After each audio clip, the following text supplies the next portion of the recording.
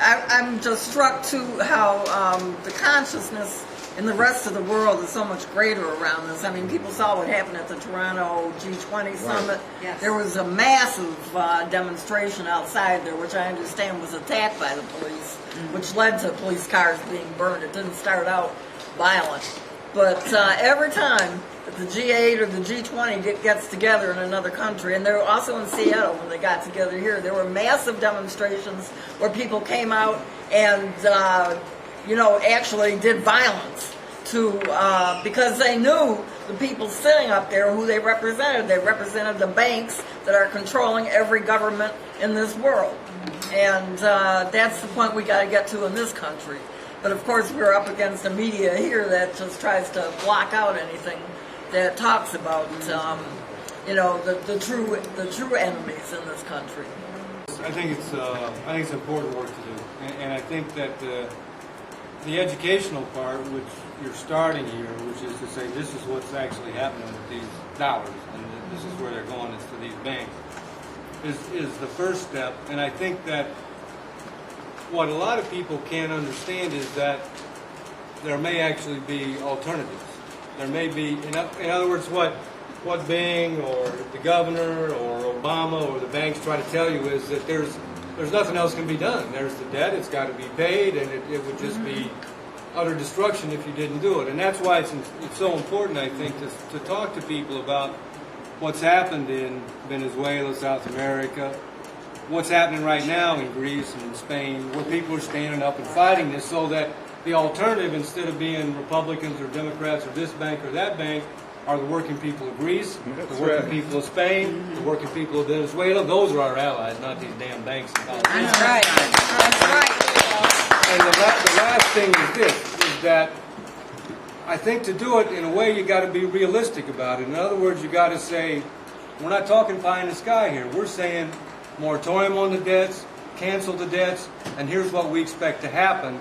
I don't have the answers to this, but I think what we got to be able to do then is to say that if you take the money that's supposed to go to the banks and instead you put it in the schools and the neighborhoods and paying city workers and improving services, you can actually start to see that there's an outline for a realistic alternative to what they've been presenting to us for all these years and all these decades. There's another way to go, and that's what we got to start to try to build. Bob King and Jesse Jackson have initiated a call for a jobs march here in the city of Detroit, and that march in turn will, try to get mobilized people for a national march on Washington in October. Also, October 2nd, also raising the demand for jobs.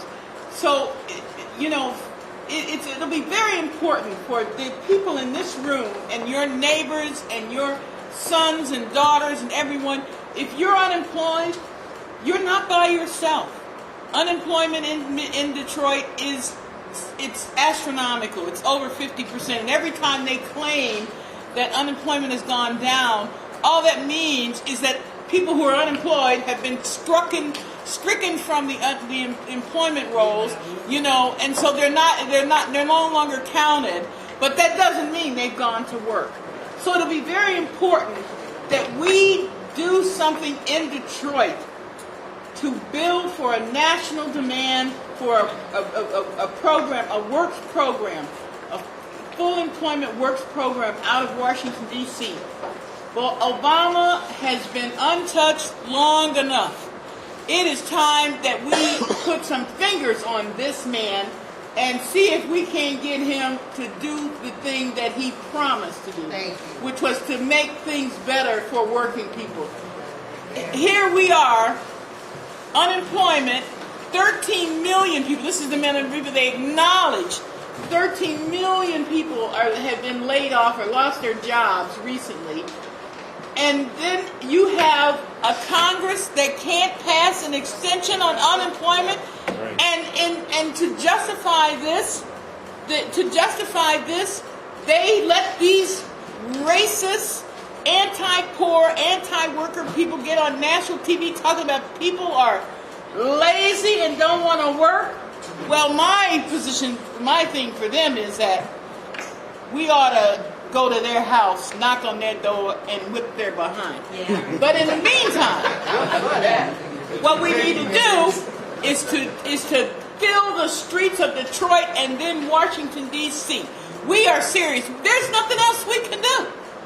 There's nothing else we can do. If we don't stand up and make a united demand for a national works program, and remember this now, we've been talking about these banks.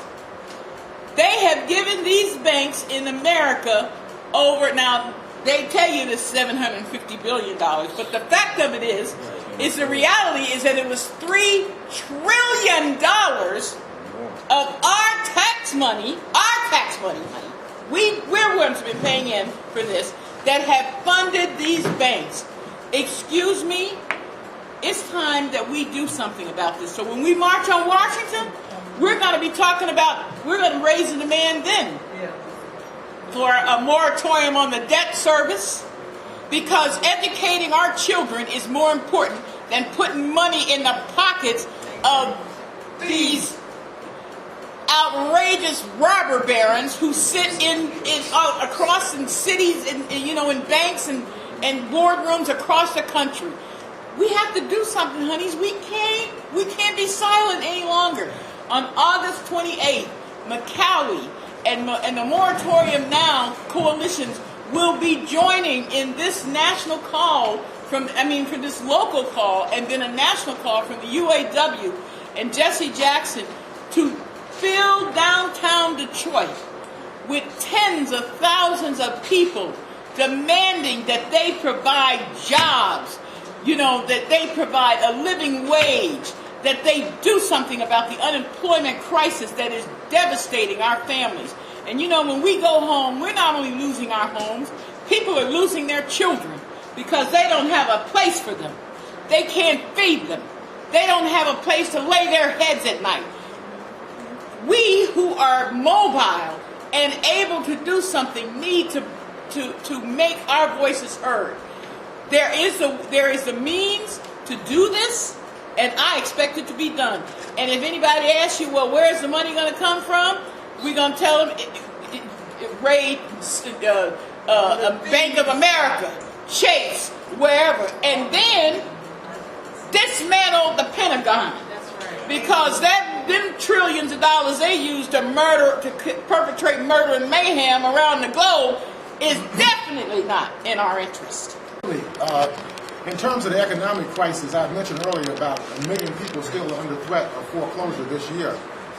You see government figures being put out, like for example in Michigan, they're claiming that 1.3 to 1.5% of the unemployment rate has been reduced by 1.3 to 1.5%. But when you read below that, you find out that they say 3,000 jobs have been created. Well, what's happening?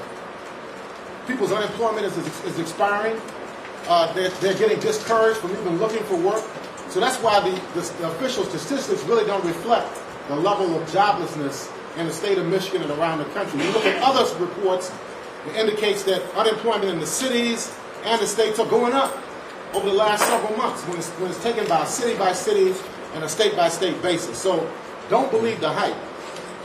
How can just 3,000 jobs be created and they claim that the unemployment rate has gone down by 1.3%? I mean, it's totally false. What's happening is that tens of thousands of people have lost their unemployment benefits here in Michigan, and they're no longer considered unemployed even though they're not working. That's right.